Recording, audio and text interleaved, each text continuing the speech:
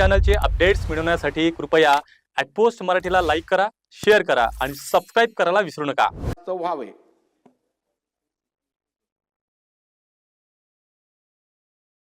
घोषणा 2 मिनिट.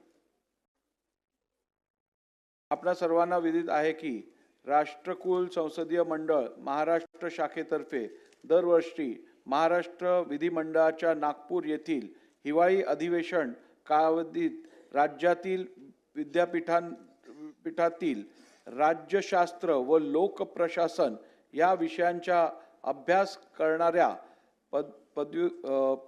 पदव्युत्तर विद्यार्थ्यांसाठी संसदीय अभ्यास वर्गाचे आयोजन करण्यात येते. त्यानुसार या वर्षी सुद्धा दिनांक 9 ते 13 डिसेंबर 2025 या कालावधीत 51व्या संसदीय अभ्यास वर्गाचे आयोजन करण्यात आलेले आहे. सदर संसदीय अभ्यास वर्गाचे उद्घाटन माननीय मुख्यमंत्री यांच्या शुभ हस्ते व सर्व मान्यवरांच्या सन्मान्य उपस्थितीत मंगळवार दिनांक 9 डिसेंबर 2025 रोजी सकाळी 9 वाजता विधान परिषद सभागृह विधान भवन नागपूर येथे होणार आहे. संसदीय अभ्यास वर्गासंबंधीची निमंत्रण पत्रिका व कार्यक्रम पत्रिका सर्व माननीय सदस्यांना त्यांच्यासाठी राखून ठेवण्यात आलेल्या टपालखान्याद्वारे वितरित करण्यात आली आहे. तरी सर्व माननीय सदस्यांना विनंती करण्यात येते की त्यांनी संसदीय अभ्यास वर्गास उपस्थित राहून व्याख्यानाचा लाभ घ्यावा.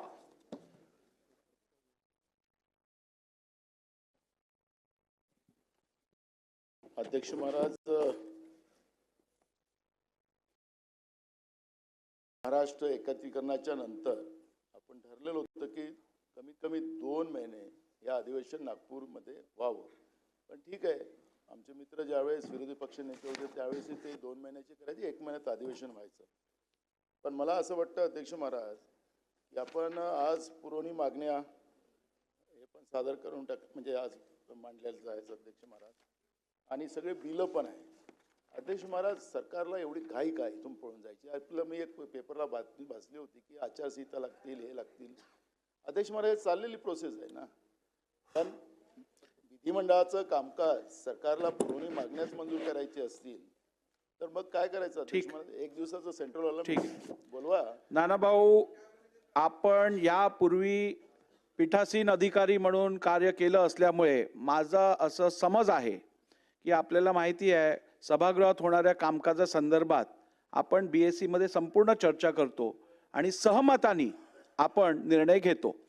आपण या BSc ला उपस्थित नव्हतात, त्याची कारणं काही वेगळी असतील, परंतु BSc मध्ये या संदर्भात सर्वांच्या सहमतीने मी निर्णय घेतलेला आहे. त्यामुळे आता मी तुम्हाला या विषयावर अधिक बोलायला देणार नाही. शोक प्रस्ताव.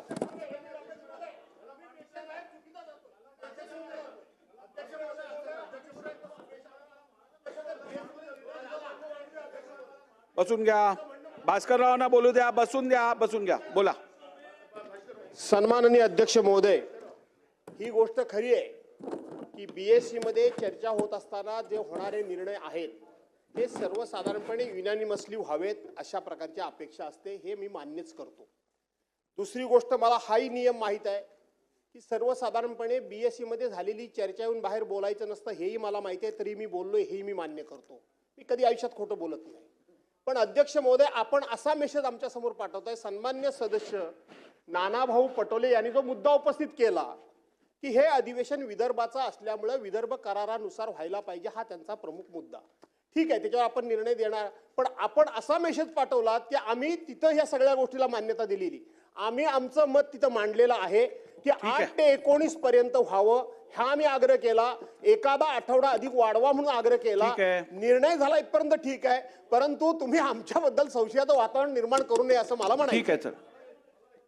अध्यक्ष महोदय, आमचे मित्र नानाभाऊ हे पीठासीन अधिकारी होते.